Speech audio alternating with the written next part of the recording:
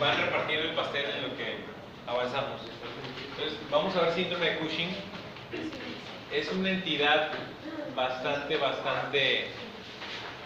rara como enfermedad.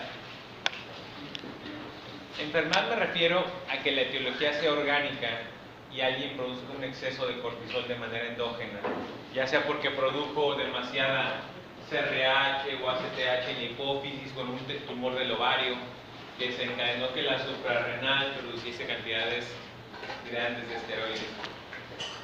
Eso es el síndrome de Cushing, pero una enfermedad de Cushing en la cual la causa es una adquisición exógena de esteroides. Y esto es más común de lo que se imaginan. Yo he visto muchísimos niños que llegan a mi consulta con enfermedad de Cushing y es causada por dar esteroides. Después de un tiempo, el exceso de esteroides pues da esos cambios en el fenotipo y en las características de las personas. La clásica cara de luna llena que ustedes vieron en fisiología, las extremidades adelgazadas, grasa abdominal, estrías rojo-violáceas, etc. Por ejemplo, los niños que reciben tratamientos para el asma. Esos niños, si reciben exceso de esteroides por demasiado tiempo, pueden en ellos desencadenarse un Cushing. Hay médicos que dan medicamentos en gotitas que no tienen ninguna indicación. Eso está mal, o sea que no están etiquetados ni nada, y esas gotitas ámbar causan Cushing. Entonces hay pediatras que hacen eso, y por supuesto que los niños pueden decir, mejoran. Los papás dicen, mi niño mejoró, pero bueno, esto es una causa frecuente de síndrome de Cushing y llegan los niños con una distribución de vello un poquito diferente. Esta clase va enfocada al Cushing en adultos, pero también vamos a tocar el Cushing en niños. Aparte de la iatrogénica, con o sin intención, una causa importante de síndrome de Cushing es el desencadenado por las quimioterapias. Gran parte de los tratamientos quimioterapéuticos constan de dar esteroides a dosis altas y por tiempos prolongados. Un efecto adverso es la presentación de estas características del síndrome de Cushing, la que sigue. Entonces sabemos que la secreción de cortisol se da de manera cíclica. De hecho, esto hizo que un hombre ganara el premio Nobel, el saber que estamos sujetos a ciertos ciclos hormonales, ciclos circadianos, ¿sí, verdad? Exactamente. Y estamos sujetos al ritmo de la vida, del mundo.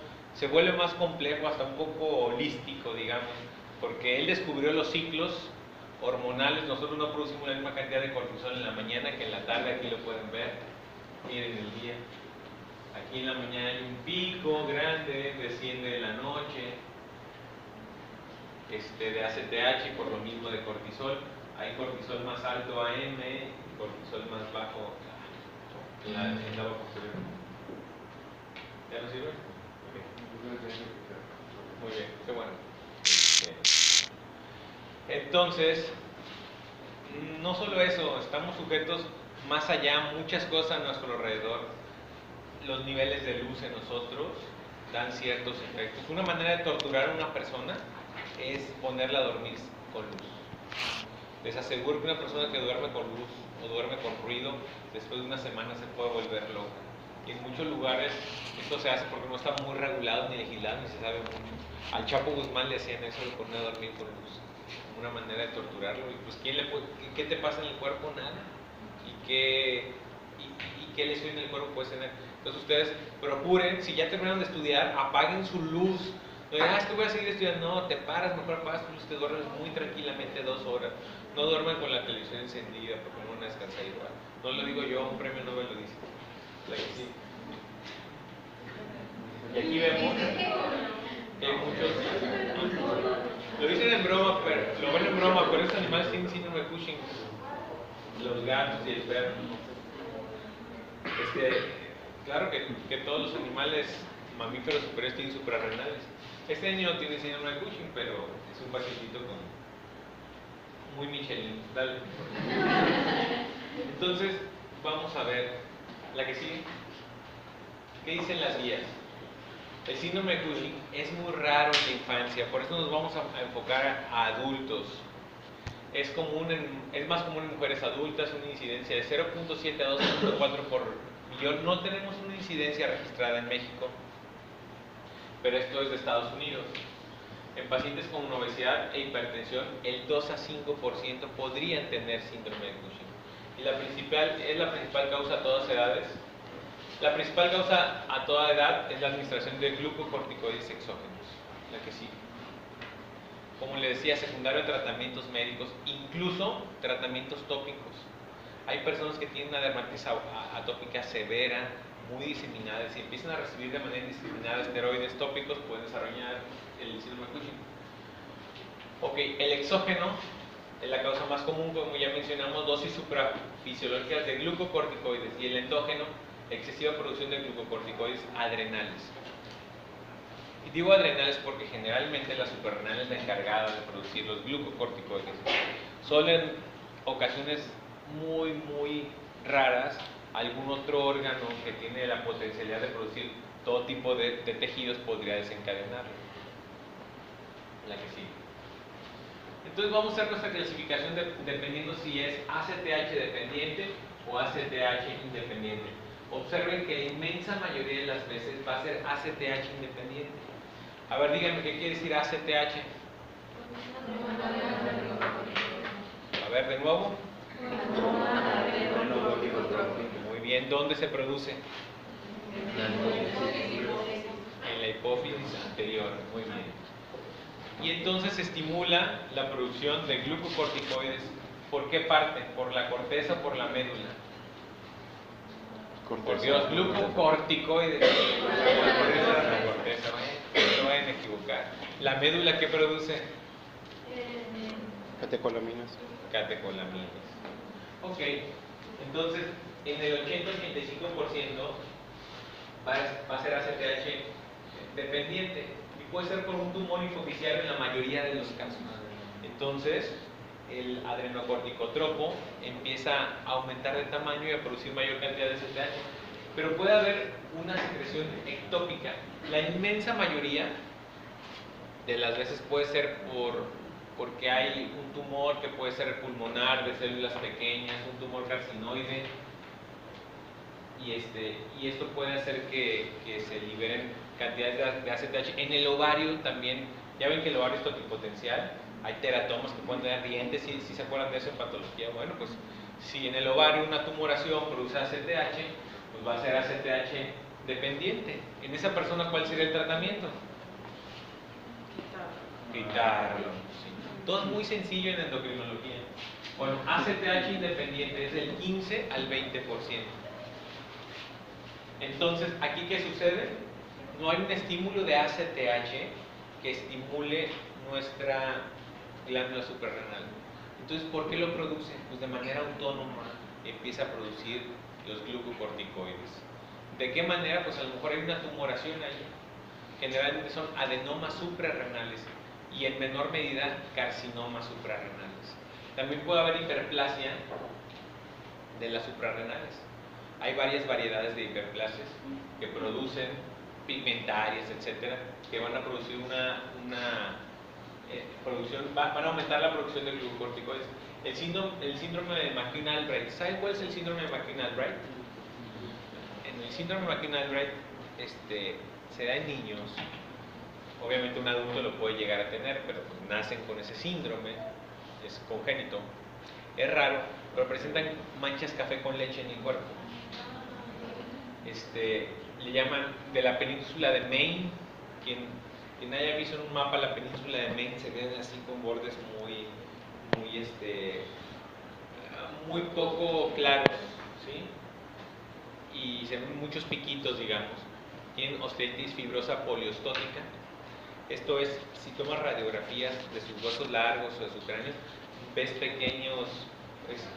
pequeñas partes que son radiotranslúcidas, como monedas en el cráneo, más transparentes, ¿sí? En sus huesos largos, y pueden presentar pubertad precoz. Aquí hay un defecto de la proteína G. ¿Se acuerdan? A lo mejor no se acuerdan, pero en las clases iniciales, cuando vimos la fisiología, vimos los tipos de receptores, y hay un receptor de proteína G en el cual llega allí y da unas señales posttransduccionales y empieza a activarse una actividad. Bueno, en este caso, sí, propio, en este caso se activan glándulas de los niños y de repente en una niña se activa el ovario y empieza a producir, como aquí un Albrecht, y empieza a producir estrógenos en cantidades grandísimas. Y se activa la proteína G de la tiroides y puede tener una producción elevada de hormonas tiroides. Y en este caso lo que se activa es el receptor de proteína G en la suprarrenal y empieza a producir grandes cantidades de glucocorticoides. Entonces esa proteína G se activa por sí misma y da las señales posttranscripcionales sin necesidad de que haya llegado el estímulo. Entonces no va a necesitar ACTH que llegue y estimule, simplemente se va a activar. ¿Sí se entiende? Entonces en estos casos la ACTH va a ser independiente, no vamos a necesitar ACTH, simplemente nuestra suprarrenal va a producir grandes cantidades de glucocorticoides. Y esto es muy útil para poder hacer el diagnóstico y orientarnos, porque nosotros determinamos la ACTH, pues podemos tener de entrada una idea muy clara del origen. Si encontramos que la ACTH está muy elevada, ¿cuál va a ser nuestro sitio principal del que vamos a sospechar? La hipófisis. Y esto es muy sencillo hasta ahorita. Lo que se hace complejo es abordar una hipófisis. Si tienes que resecar una tumoración en la hipófisis, pues tienes que hacer un abordaje, a veces transesfenoidal, y resecar un tumor, y hay veces que no se reseque completo, pero se hace. La que sigue. Entonces el cuadro clínico. La verdad es que todo está muy resumido, podríamos hablar horas y horas de síndrome de Cushing. O días. Tengo un maestro que es especialista en síndrome de Cushing. Tengo un maestro que es especialista en calcio. El hombre que más sabe de calcio se apellida Reza Albarrán. Yo creo que es de los que más saben de calcio en el mundo y el que más sabe de Latinoamérica, y es mexicano. Alfredo Reza, y es excelente amigo mío y lo admiro muchísimo. Fue mi maestro en el Instituto Nacional de Nutrición. Entonces, el doctor Ríos se especializa mucho en Cushing y les apasiona y empiezan a hablar y no terminan de Cushing. Bueno, nosotros vamos a dar una clase de pregrado muy sencilla. Entonces, los signos y síntomas: obesidad central, cara de luna llena, plétora facial, disminución del líbido. Eso se encuentra en el 90-100% de los casos. Va a haber estrías púrpuras, alteraciones menstruales, hirsutismo, disfunción eréctil, hipertensión. En el 70-90%, debilidad muscular, jiba de búfalo, osteopenia, osteoporosis, depresión y labilidad emocional. Ahora, hagan ustedes un análisis y vean las causas. ¿Por qué? Quiero que ustedes me digan por qué. Esto es de fisiología, no es de endocrinología. ¿Por qué creen que suceda eso? Los glucocorticoides en el cuerpo, ¿qué función tienen?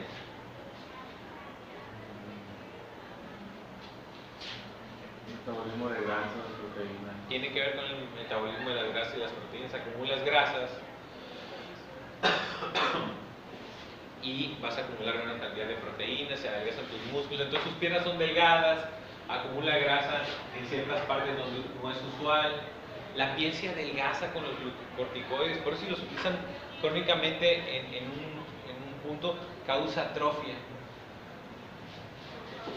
¿Qué más? Hay hirsutismo. ¿Por qué habrá hirsutismo? A ver, por ejemplo, agarrando un ejemplo, ¿por qué habrá hirsutismo?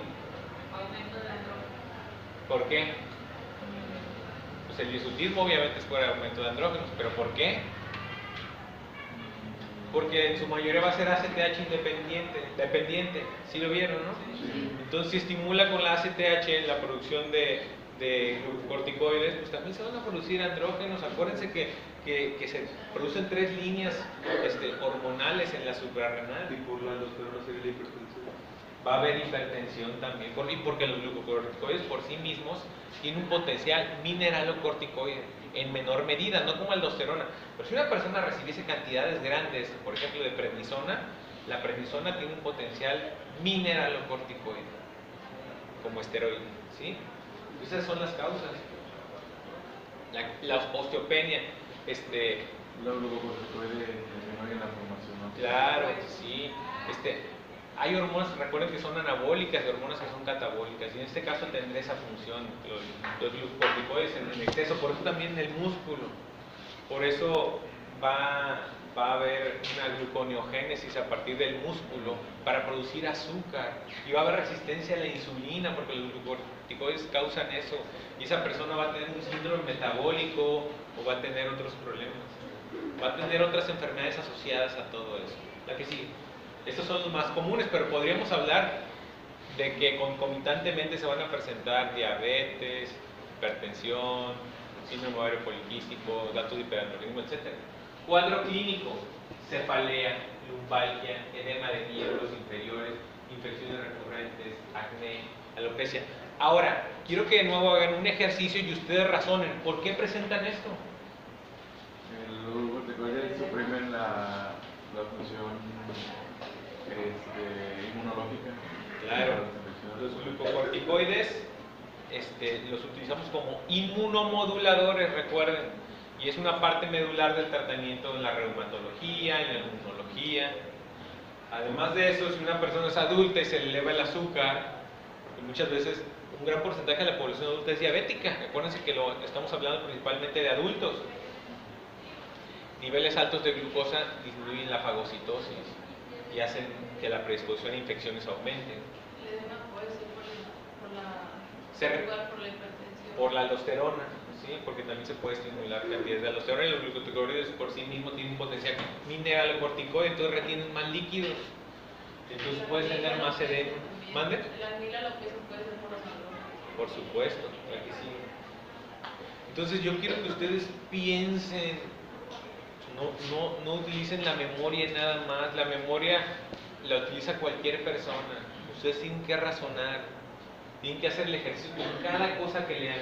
Entonces el primer paso, hay que confirmar el hipercortisolismo, porque a lo mejor yo estoy cachetón, a lo mejor podemos pensar que porque yo estoy cachetón puedo tener cara de luna llena, o a lo mejor las mujeres orientales tienen su cara redondita, eso no tiene nada de malo. Me estoy quedando un poco pelón, debe tener síndrome Cushing, ¿no? Entonces hay que confirmar primero si en realidad se tiene síndrome Cushing. Sí, se tiene hipercortisolismo, perdón. Entonces vamos a pedir cortisol libre en orina de 24 horas. 3 recolecciones normales se descartan. Una cifra 4 veces mayor se hace el diagnóstico. Ojo, este pequeño punto de confirmar si hay hipercortisolismo es a veces complejo. No todos los laboratorios lo hacen bien, no todas las personas tienen la capacidad de recolectar su orina de 24 horas en 3 ocasiones diferentes, no es tan fácil. Hay una prueba de supresión con dosis bajas de dexametasona y una prueba larga en la cual das cantidades más grandes de dexametasona. ¿Ya es la hora? Vamos, hasta mañana. Nos vemos mañana. Voy a procurar llegar ¿Mañana ya se la ven?